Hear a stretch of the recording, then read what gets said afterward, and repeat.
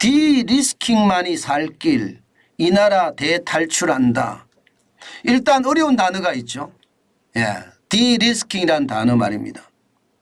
디리스킹이라는 단어는 간단합니다.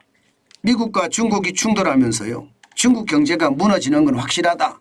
그렇기 때문에 중국에 투자한 걸 빼야 된다.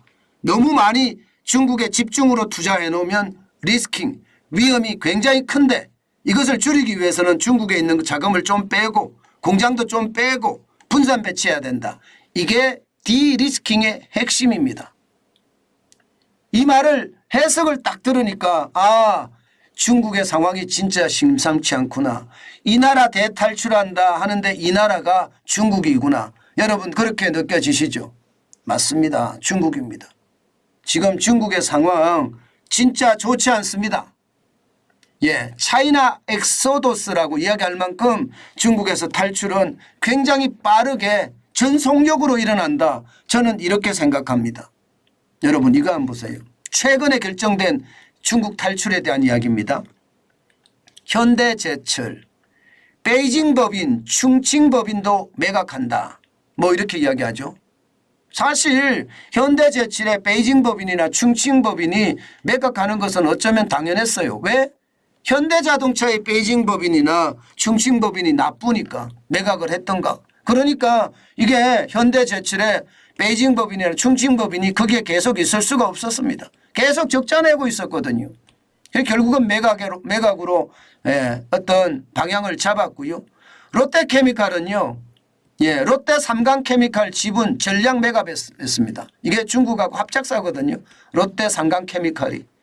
예, 결국은 전량 매각했습니다. 대기업만 이런 것은 아닙니다. 예, NFC라고 해서 화장품 업체입니다. 중국 법인 지분 매각했습니다.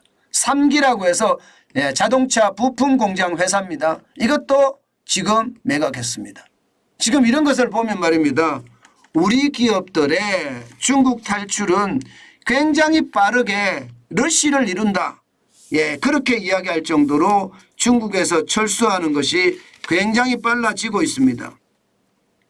이렇게 할 수밖에 없는 게 지금 중국의 어떤 상황입니다.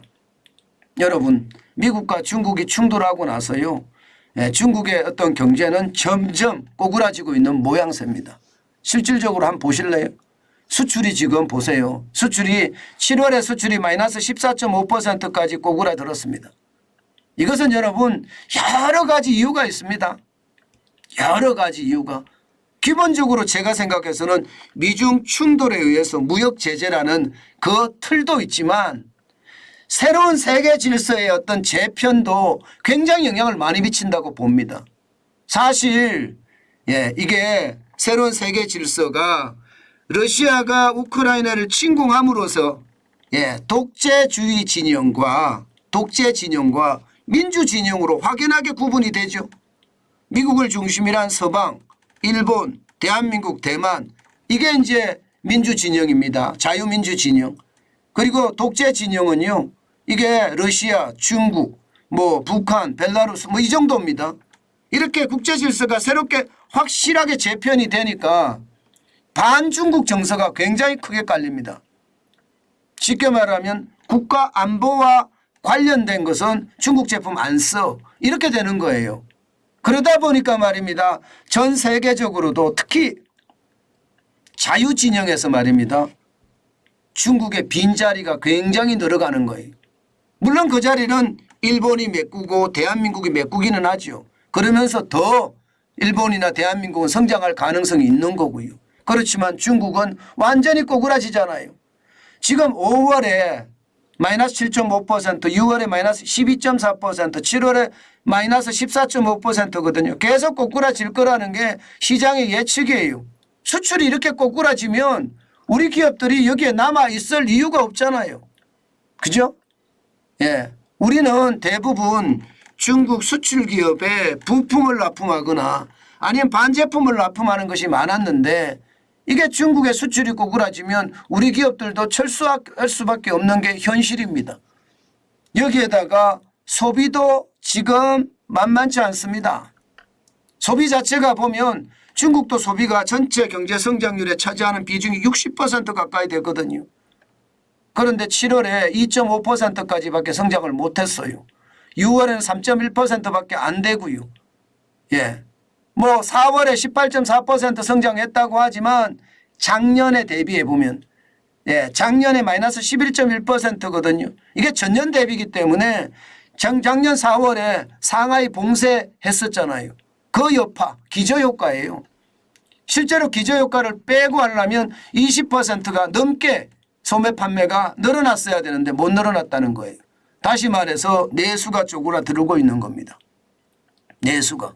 그러니 우리 화장품 업체들도 철수할 수밖에 없는 거잖아요. 그죠?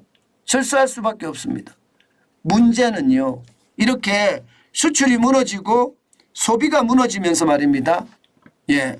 이게 디플레이션이라고 해서 예, 저성장, 저물가의 어떤 추세로 지금 중국이 급속하게 변하고 있습니다. 당장 말입니다. 소비자 물가가 7월에 마이너스 0.3입니다. 마이너스 0.3. 이게 말입니다. 2020년 1월에는 5.4%였거든요. 물가 상승률이. 그러던 것이 말입니다. 이게 떨어져서 7월에는 마이너스 0.3입니다. 물론 작년 11월에 마이너스 0.5보다는 낮은 수치기는 한데 이게 이제 본격적으로 침체가 시작된다는 신호다 이렇게 이야기하거든요. 이게 소비자 물가라는 게 결국은 소매 물가잖아요. 그러면 도매 물가가 어떻게 됐는지 알면 8월에 중국의 소비자 물가도 예측할 수 있거든요. 지금 도매 물가는 또 떨어졌습니다. 지금 도매 물가가 보면 여러분 이게 생산자 물가인데 7월에도 마이너스 4.4%입니다. 6월에 5.4%보다는 좀 높아졌습니다. 그러나 이게 도매 물가가 떨어진다는 것은 곧 소매 물가도 떨어진다는 이야기가 되는 겁니다. 안 그래도 마이너스인데 또 마이너스가 더 이어진다는 거. 이 말은 여러분 결국은요. 디플레이션 공포가 중국 전체를 뒤엎었다.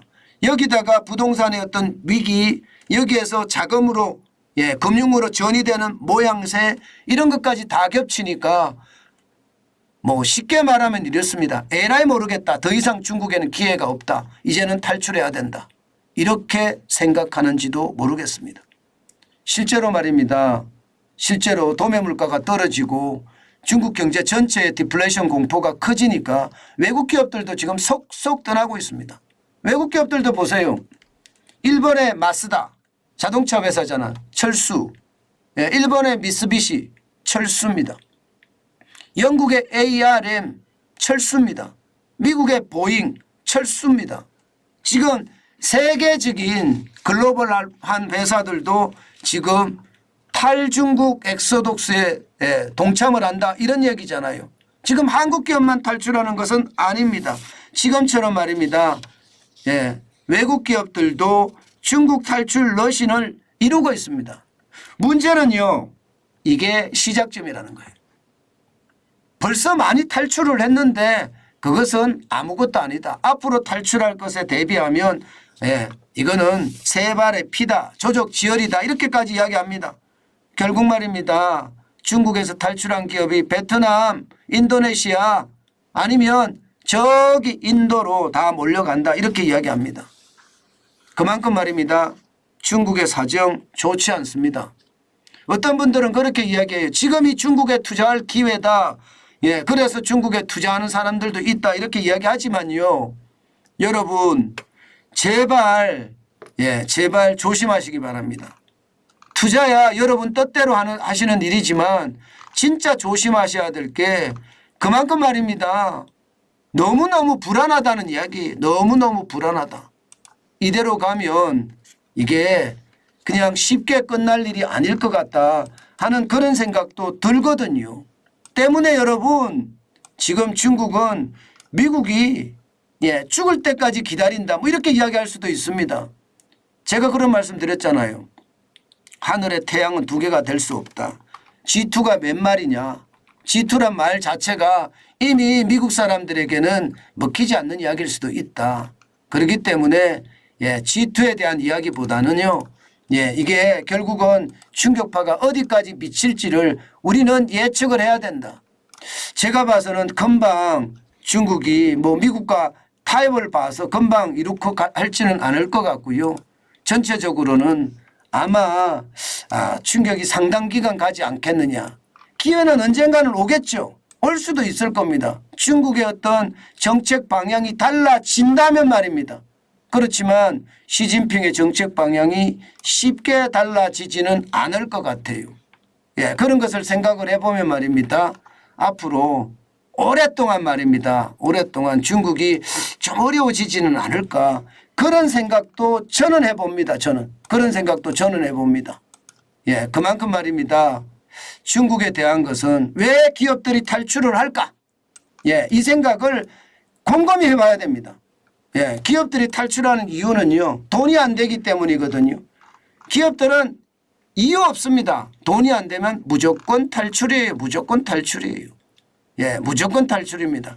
반드시 돈이 안 되면 탈출한다는 거 반드시 저는 우리가 이해를 하고 시장을 봐야 된다. 저는 그렇게 생각을 합니다.